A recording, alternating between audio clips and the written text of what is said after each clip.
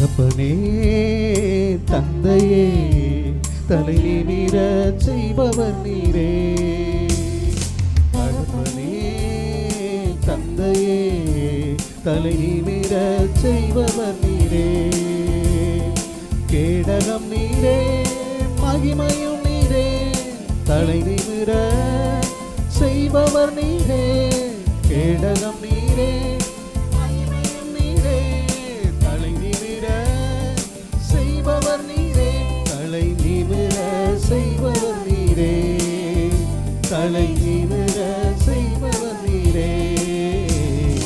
தகப்பனே தந்தையே தலை நிமிர செய்பவர் நீரே. தகப்பனே தந்தையே தலை நிமிர செய்பவர் நீரே. ஒன்றுக்கும் நான் கலங்காமல் ஸ்தோத்தரிப்பேன். அறிவு கெட்டா பேரமைதி பாதுகாக்கின்றேன். ஒன்றுக்கும் நான் கலங்காமல் ஸ்தோத்தரிப்பேன். அறிவு கெட்டா பேரமைதி பாதுகாக்கின்றேன். விரும்பத்தக்கவை தூய்மையானவை நீர் விரும்பத்தக்கவை தூய்மையானவை அவைகளையே தியானம் செய்கிறேன். தினம் அறிக்கை செய்து ஜெயம் பெறுப்பேன். அவைகளையே தியானம் செய்கிறேன். தினம் அறிக்கை செய்து ஜெயம் எடுப்பேன். கேடகம் நீரே சொல்லுங்க மகிமையும் நீரே தலை நிமிர சொல்லுங்க செய்வர் நம்மை தலை உயர்த்துகிற தேவன் நீரே. மகிமையும் நீரே தலை நிமிர செய்பவர் நீரே. தலை நிமிர செய்பவர் நீரே. தலை நிமிர செய்பவர் நீரே.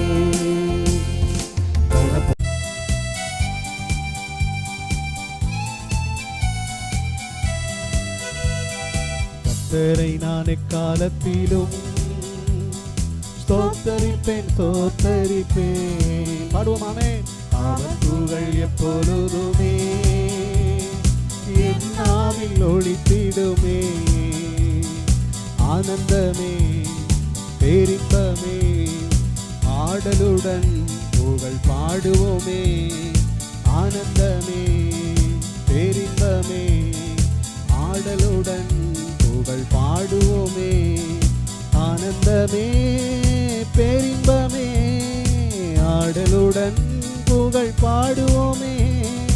ஆனந்தமே பேரின்பமே ஆடலுடன் புகழ் பாடுவோமே.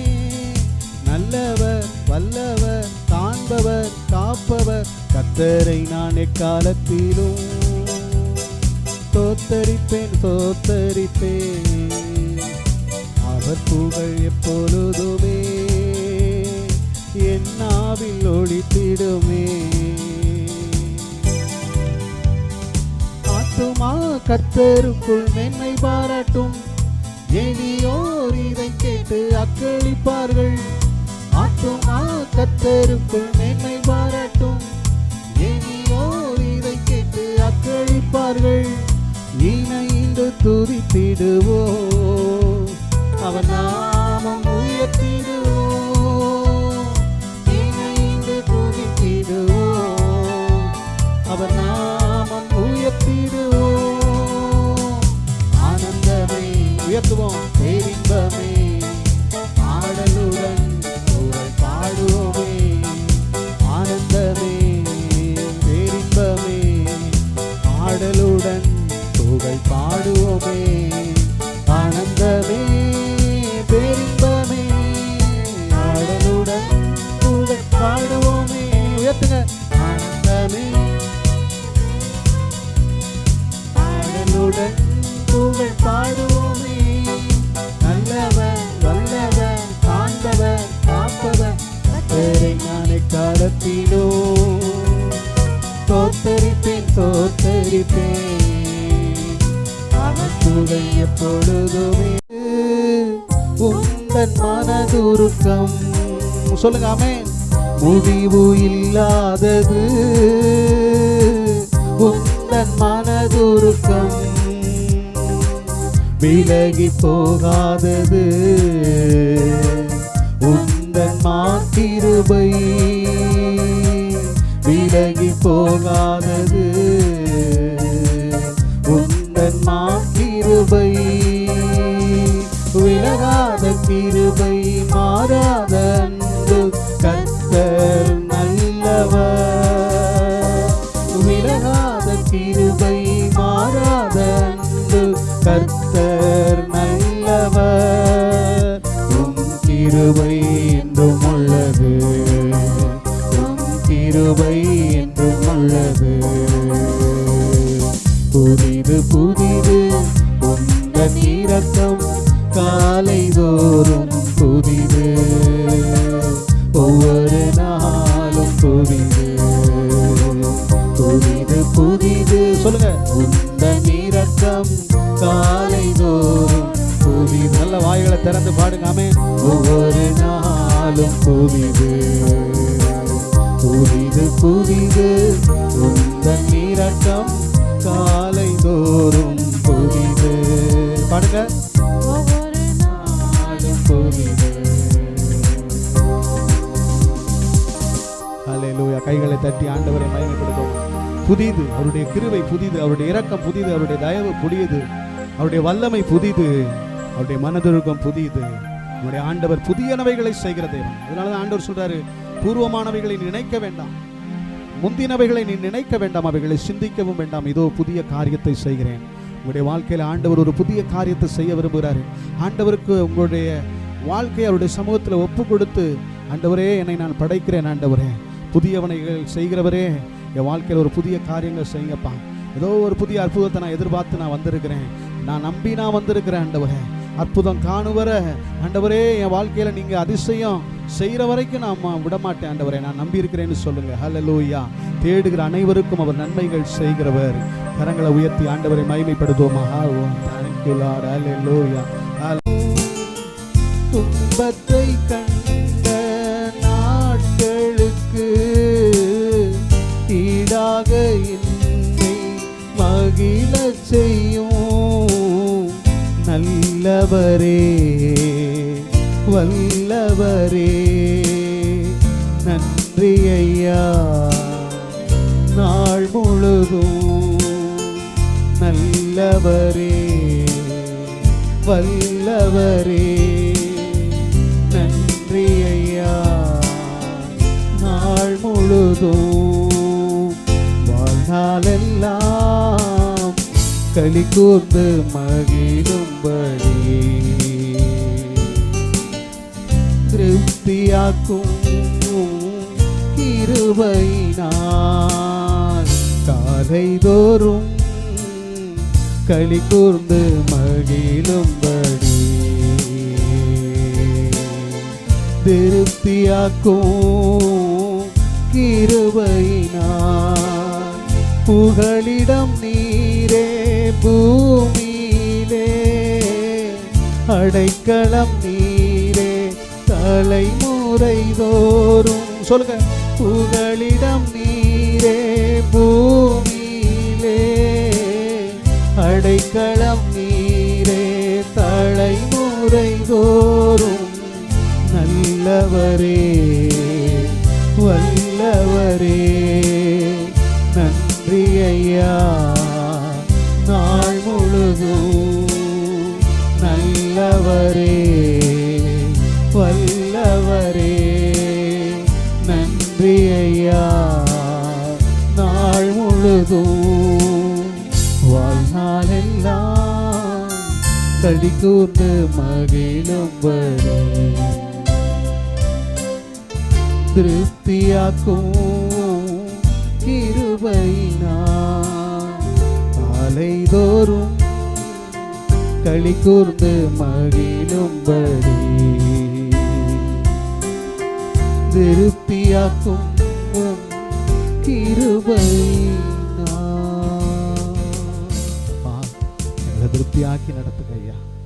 தாகத்தோடு வந்திருக்கிற உடைய பிள்ளைகளுக்கு என்ன தேவை என்பதை அறிந்திருக்கிற தேவன் அவங்களுடைய வாழ்க்கையில ஆண்டவரே அந்த வெறுமையை நிரப்பி ஆண்டவரே, அவங்களுடைய தாகத்தை பூர்த்தி செய்கிற தேவன் ஆண்டவரே. எல்லா ஏக்கங்களும் எல்லா வேதனைகளும் வலிகளும் இயேசுவின் நாமத்தினால விலகுவதாக. உடைய பிள்ளைகளுக்கு விரோதமாய் போராடுகிற எல்லா பொல்லாத சத்துனுடைய வல்லமைகள் இயேசுவின் நாமத்தினால முறியடிக்கப்படுவதற்காக நன்றி இயேசு சுவாமி. கரங்களை தட்டி ஆண்டவர் ஆராதனையில் தேவன் நம்மத்திலே அவர் உலாவி நம்மை ஆசீர்வதித்த கிருபைக்காக நாம் நன்றி செலுத்துவோம். ஹல்லேலூயா, ஹல்லேலூயா.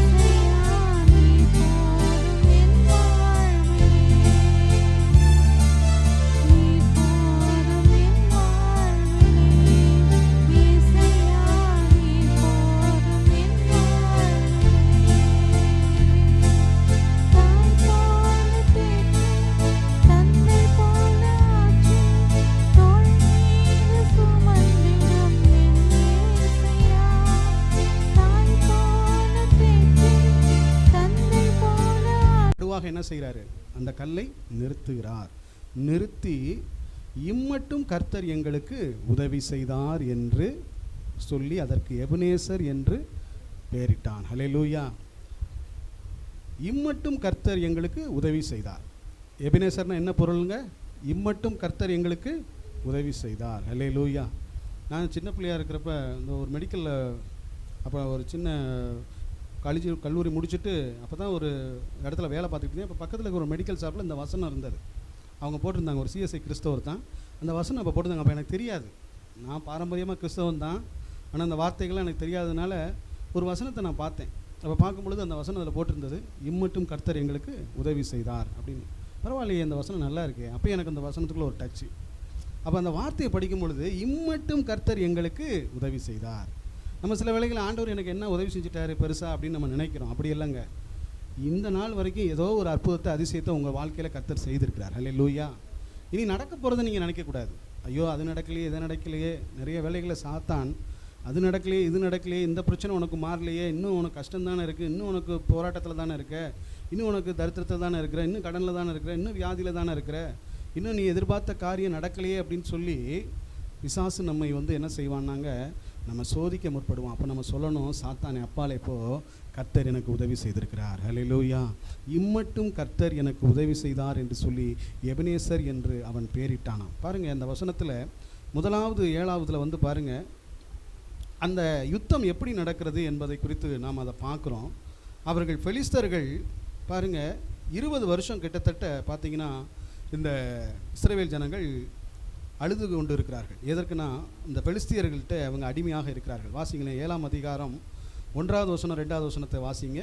அதே அதிகாரம் தான் இன்னைக்கு ஃபுல்லாக அந்த அதிகாரத்தில். அப்படியே கீரியாத் யாரீமின் மனுஷர் கர்த்தருடைய பெட்டியை எடுத்து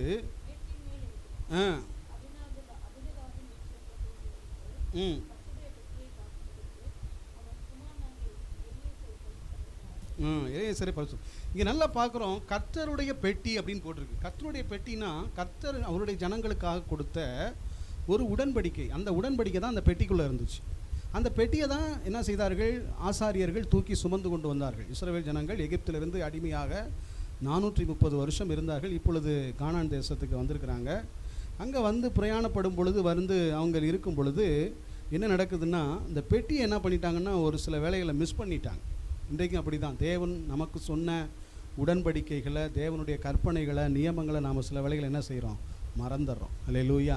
இன்றைக்கி கூட அப்படி தான். சர்ச்சுக்கு நான் பாட்டுக்கு வேகமாக கிளம்பி போகிறேன்னு வீட்டில் பர்ஸே வச்சுட்டு போயிட்டேன். அங்கே யதார்த்தமாக பர்ஸை பார்க்குறேன், பர்ஸை காணோம். ஐயோ, பர்ஸை எப்பயுமே நான் எடுத்து தானே வருவேன், எப்படி மிஸ் ஆகிடுச்சா அப்படின்னு தேடுன்னு பார்க்குறேன். அப்புறம் எனக்குள்ளே ஒரு டவுட், ஒரு வேளை நம்ம மறந்துட்டு தான் வந்திருப்போம், வீட்டில் ஃபோனை போட்டு கேட்போம் அப்படின்னு ஃபோனை போட்டு கேட்டேன். அப்போ தான் சொல்லிச்சு, வீட்டில் பர்ஸு இருக்குங்க. ஹல்லேலூயா. அப்போ பாருங்கள், சில வேளையில் நம்ம பர்ஸை கூட மறந்துடுறோம்.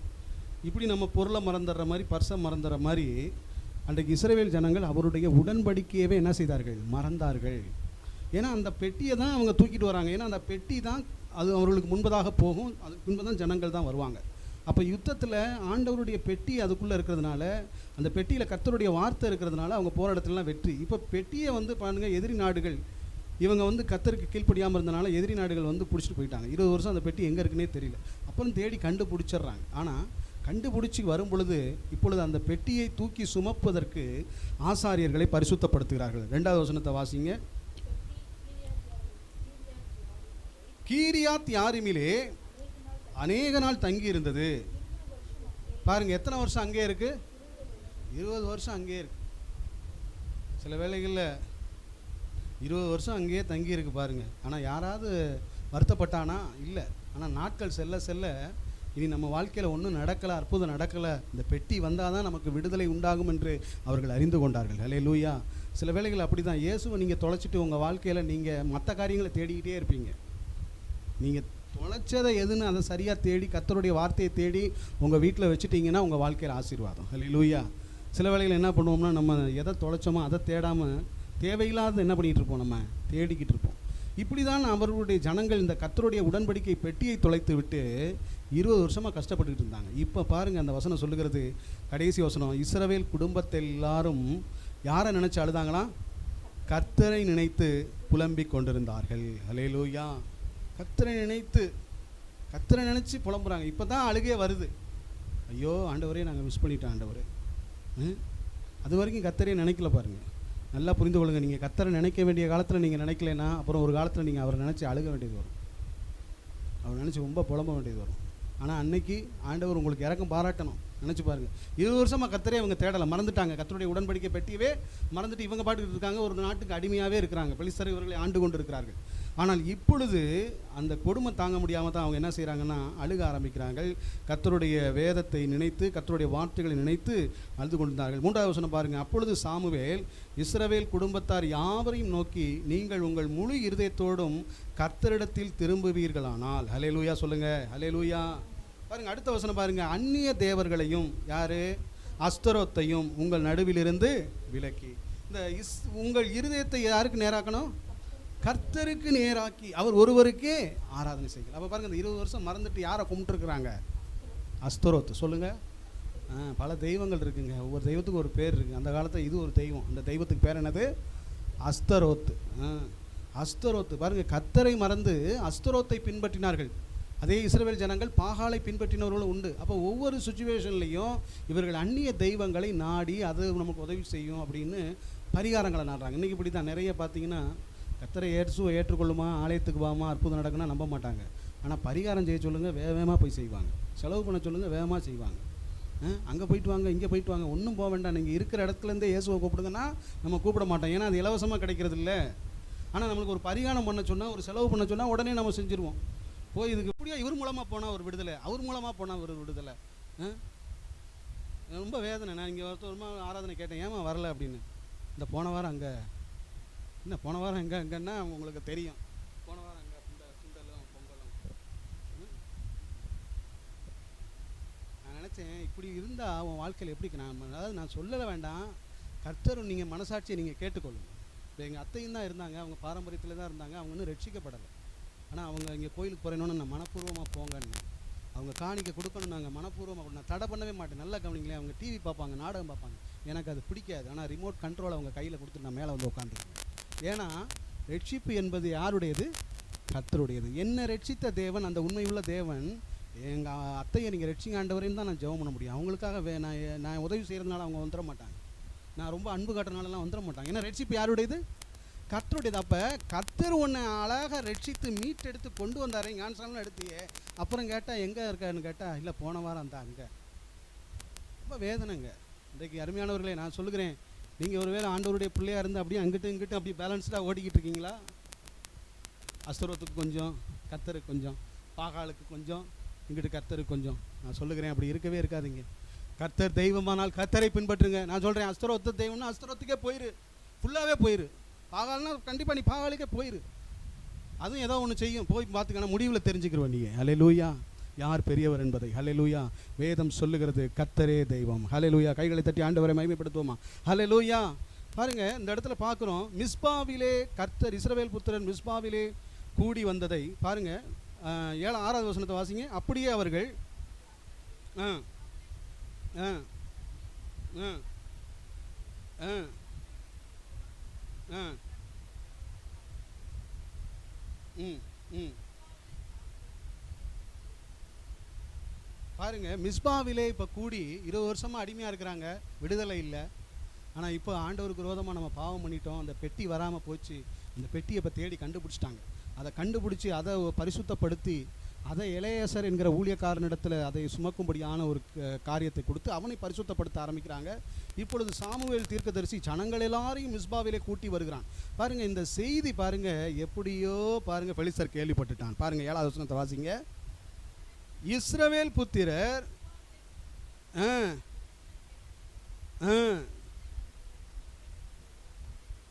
எதிர்த்து வந்தார்கள். ஹல்லேலூயா.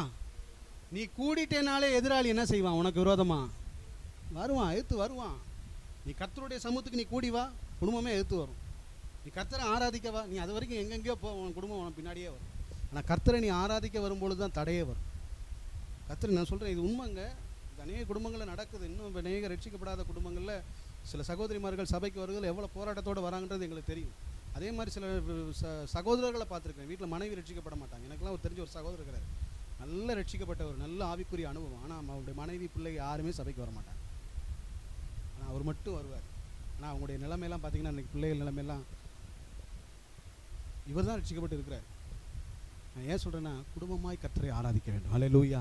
நானும் என் வீட்டாரும் வென்றால் கர்த்தரையே சேவிப்போம். நம்ம ஜெபம் பண்ணுவோம், நம்ம ஆண்டவருடைய பிள்ளை தானே. ஏன் ஆண்டவரை நான் மட்டும் ஆராதிச்சா போதாது ஆண்டவரே. அதனால தான் நான் சொல்கிறேன், இப்போ இங்கே வரவங்களே பாருங்கள், பாப்பா மட்டும்தான் வருது.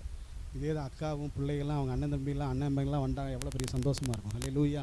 இப்போ பாருங்கள், அம்மா மட்டும் தான் வந்துக்கிட்டாங்க. இன்றைக்கி மருமகன் வந்தோன்னே எவ்வளோ சந்தோஷம் இருக்கா இல்லையா? ஹல்லேலூயா. சந்தோஷம் இருக்கா இல்லையாங்க? இப்போ பாருங்கள், மருமகளும் மாமியாரும் ஒரே பாயில் படுத்து தூங்குவாங்க. அப்படித்தானங்க? தூங்குவீங்களா இல்லைங்களாங்க? இதுக்கு முன்னாடி தூங்கியிருப்பீங்களா? தூங்கியிருக்க மாட்டீங்க. ஆனால் கர்த்தருடைய உறவு வந்த பிறகு உண்மையிலே இது நடந்த சாட்சிங்க. ஒருத்தர் சொன்னார், நான் போன வாரம் நான் சொன்னேன், ஒரு ஊழியக்கார், என் மாமியார் என்னுடைய அம்மாவும் என் ஒய்ஃபும் ஒரு தலைவாணியில் அவங்க படுத்ததே இல்லை, எப்போயுமே சண்டை போட்டுக்கிட்டு இருப்பாங்க. ஆனால் அந்த குடும்பம் ரட்சிக்கப்பட்ட பிறகு ஒருத்தருக்கு ஒருத்தர் அன்பு வந்து பார்த்தீங்கன்னா, அவர் சொல்கிறாரு, ஒரே தலைவாணியில் தான் எங்கள் அம்மாவும் என் ஒய்ஃபும் படுப்பாங்க.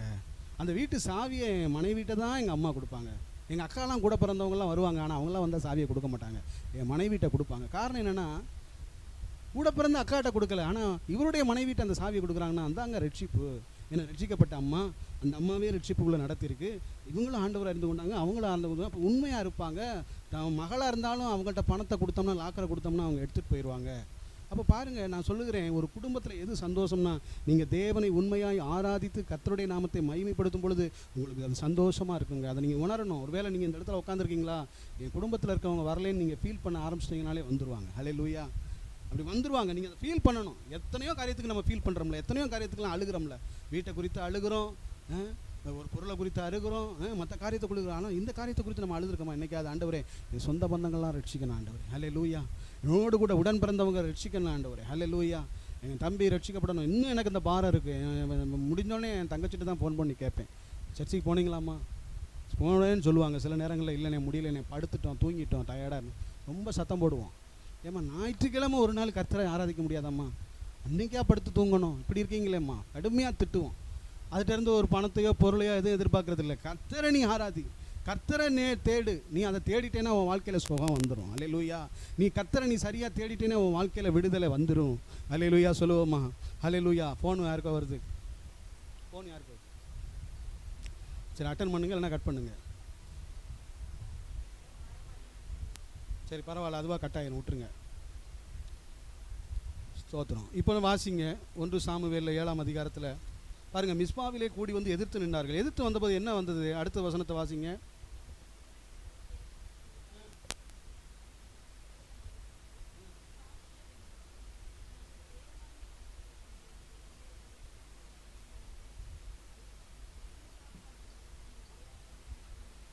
பார்த்தீங்களா? இப்போ தான் சொன்னேன், கூடி வந்தோன்னே சாத்தான் விட மாட்டான்.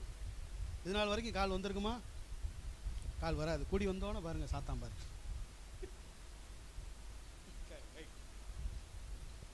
அது யார் எடுத்து கூட அட்டன் பண்ணிங்கப்பா, ஏதாவது முக்கியமான காலாக இருக்குது. முக்கியமான கால்னா பேசிட்டு வாங்க.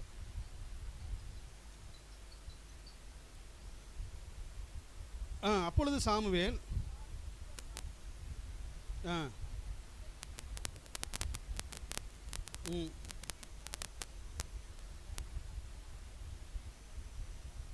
பார்த்தீங்களா, அந்த இடத்துல நம்ம பார்க்குறோம்.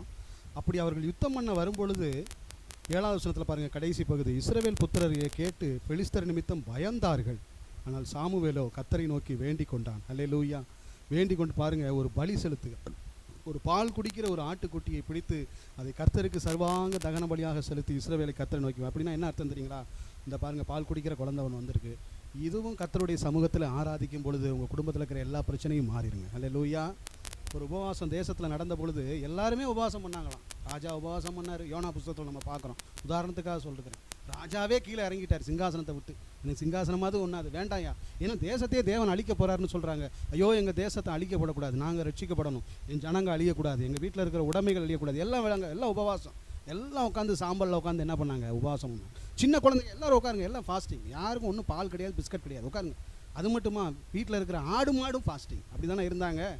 3 நாள் உபவாசம் இருந்தார்கள் நினிவே பட்டணத்தார்.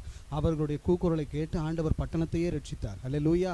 அப்போ நான் சொல்லுகிறேன், நம்ம குடும்பத்தில் இப்படி குடும்பமாக நம்ம ஆராதிக்க ஆரம்பித்து, நம்ம வீட்டில் சின்ன பிள்ளைகளோ பெரிய பிள்ளைகளோ எல்லாருமே தேவனை ஆராதிக்கும் பொழுது பாருங்கள், அந்த இடத்துல ஒரு பெரிய அற்புதம் நடக்குது. பாருங்கள், இப்போ யுத்தத்துக்கு அவங்க வந்துக்கிட்டு இருக்கிறாங்க. இவங்களுக்கு எதிர்த்து நிற்கிறதுக்கு பலன் கிடையாது. ஏன்னா இவங்க கையில் பட்டயம் இல்லை, ஈட்டி இல்லை, பெரிய பராக்கிரமசாலிகளும் இல்லை. 10வது வசனத்தை பாருங்கள். சாமுவேல் சர்வாங்க தகனபலி செலுக்கையில் பாருங்க, யுத்தம் பண்ண நெருக்கினார்கள். ஆமென். ஹல்லேலூயா. கைகளை தட்டி ஆண்டவரை மகிமைப்படுத்துவோமா? ஹல்லேலூயா. கைகளை நல்லா தட்டுவோமா? ஆமென். பாருங்க, கர்த்தர் மகா பெரிய இடி முழக்கங்களை பெலிஸ்தர் மேல் அந்நாளிலே என்ன செய்தாராம்? முழங்க பண்ணி அவர்களை கலங்க அடித்ததினால் அவர்கள் இஸ்ரவேலுக்கு முன்பதாக விழுந்தார்கள். இஸ்ரவேலுக்கு முன்பதாக விழுந்தாங்க, தோற்கடிக்கப்பட்டார்கள்.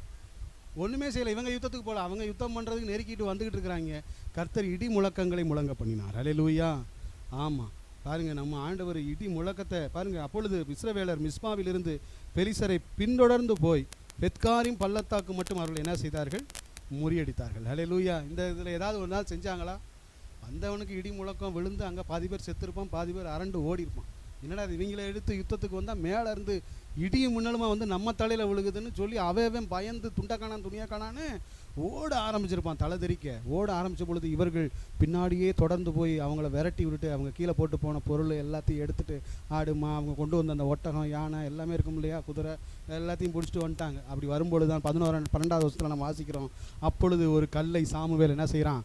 எடுக்கிறான். அல்லேலூயா. இன்றைக்கும் பாருங்கள், கோயில்